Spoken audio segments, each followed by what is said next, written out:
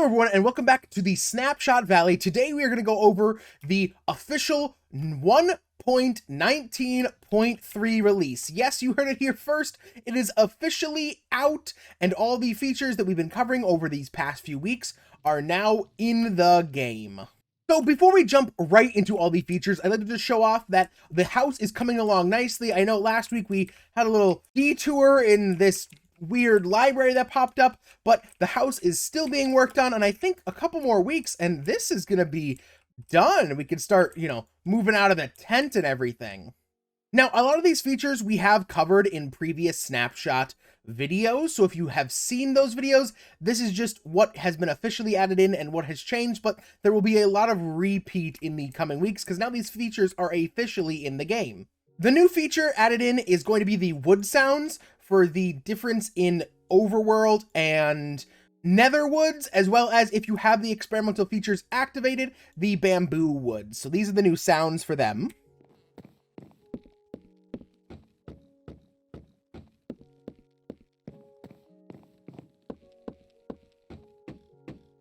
And these sounds will be heard whenever you are walking on these woods, even if there are things over top of them, such as carpets, lily pads, amethyst buds, nether sprouts, glow lichen, crimson roots, and warp roots. All have their sounds fixed when walking over them.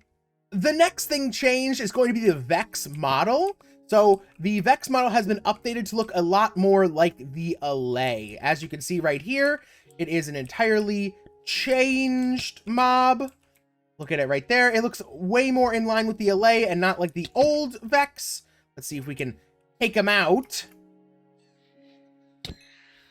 Whew. And other than that, the Vex also has a slightly larger hitbox, more in line with the hitbox of its previous texture, even though it's going to be bigger. The next change is going to be that fence gates no longer provide center support underneath them. So how I understand this is that blocks that used to be able to be hung underneath this block or placed under here, this now no longer supports the underneath support. It also says that when opening shulker boxes, they will pop off blocks which are attached to the open faces, such as torches. And as you can see, it pops it off there. But I thought it also meant that it would pop it off the block adjacent to it. But if we open this shulker, it does not have any effect on the torch above.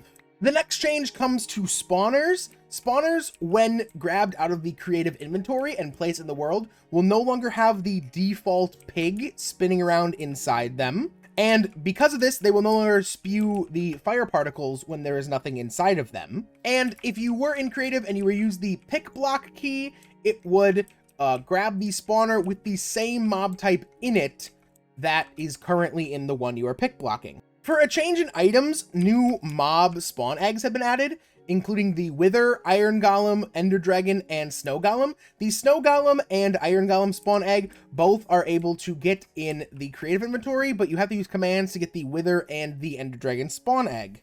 The next big change comes in the form of the creative inventory. Blocks are all going to be ordered much more in line with how you would need them to actually be used in the game, such as building blocks where all the oak type woods are right next to each other, not spread throughout 8 different tabs. This also means that some items will be found in multiple tabs, such as the oak button will be also found in the redstone and the building blocks tab. A colored blocks tab has been added for all you Minecraft pixel artists out there, showcasing all of the colored blocks in the game. All these suspicious stews have been added to the creative inventory as well. Before, none of these were in the menu. Other items that have been added to the creative inventory under the functional blocks will be the dragon egg, ominous banner, the monster spawner under the spawn eggs, under combat all 3 durations of the firework rocket, and a new feature where if you were to go to options and controls, you can now, if you are an operator on a server or in your single player world, you can turn the operator items tab on, which will unlock a brand new operator's utilities, which gives you all the command blocks, jigsaw structure blocks, void, barrier, and all the light, as well as a debug stick. Now, moving over to Minecraft.net, and this is where you can find all this information about the update if you want a more in-depth look. We're going to take a look at the chat features. The chat features say that they remove the chat preview and that chat messages deleted by server moderators will no longer be completely hidden, but rather replaced with text stating that this chat has been deleted by the server. Deleted chat messages will no longer be displayed in the chat window for at least a total of 3 seconds before being hidden.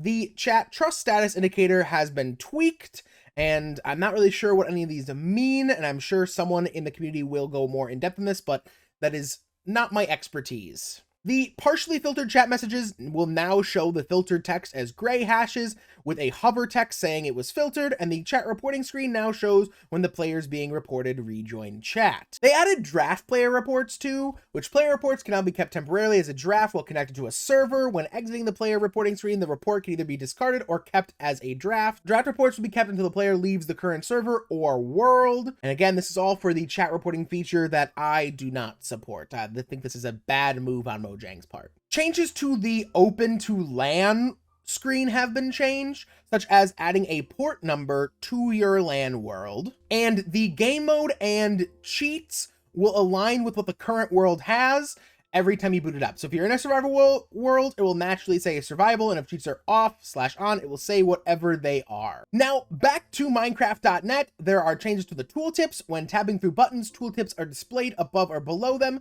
and then tooltips displayed when hovering are displayed next to the cursor, and tooltips from focus buttons take priority over tooltips from hovered buttons. And then there are some technical changes. They added a feature flags. There are command changes, telemetry features, new game rules, custom player head note block sounds, entity, subtype, predicate types, and a whole list of other things that goes right over my head. I'm going to skip over the feature flags because I don't really understand what's going on and jump right into telemetry. And what I understand from how this works is this will now send data directly to Mojang about your world, either a large amount or a small amount, deciding what you want, and it will start every time you load in a world, and it will send every time you load out of a world. They do want to be very transparent, and you can read through this right here if you want.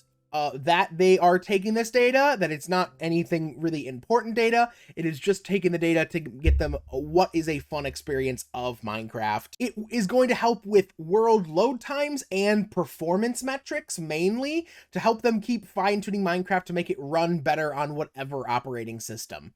So now when you press F3 and it shows all your statistics, Mojang will also get that information. There's been a couple new game rules added with block explosion drop decay, mob explosion drop decay, and TNT explosion drop decay, all how TNT and mobs will drop loot for explosions. There is also a snow acclimation height game rule, which now makes snow be able to pile up over time. And I think this would be a very fun game rule in a snowy biome to see how much snow your world really accumulates. And then there's also a water source conversion and lava source conversion, basically making infinite sources of each a game rule now, and a global sounds event game rule. So when you summon the Wither or defeat the Ender Dragon, you can choose whether the entire server will hear that or if it will just be the people close by. There's been a small change to the crafting book recipe categories, nothing too much, but now there is categories available for shaped and shapeless, and categories available for smelting, blasting, smoking, or campfire cooking. There is a new version of the resource pack, and I'll give you a moment just to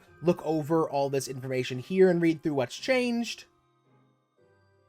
Entities have been put into new categories and added new NBT tags to them just to make them all very much more findable and summonable within the game. And then they added the experimental features in 1.19.3 as a data pack. We have been doing that for all the snapshots for 1.20 as of recently, so I will not be covering those right now because those are all still changing, and I will only want to cover what is the official release of the Minecraft 1.19.3 update. If you want to see all these changes to the experimental features, you can either check my backlog of the Snapshot series, or you can support the channel by leaving a like and subscription so I can keep doing this and cover more in the future.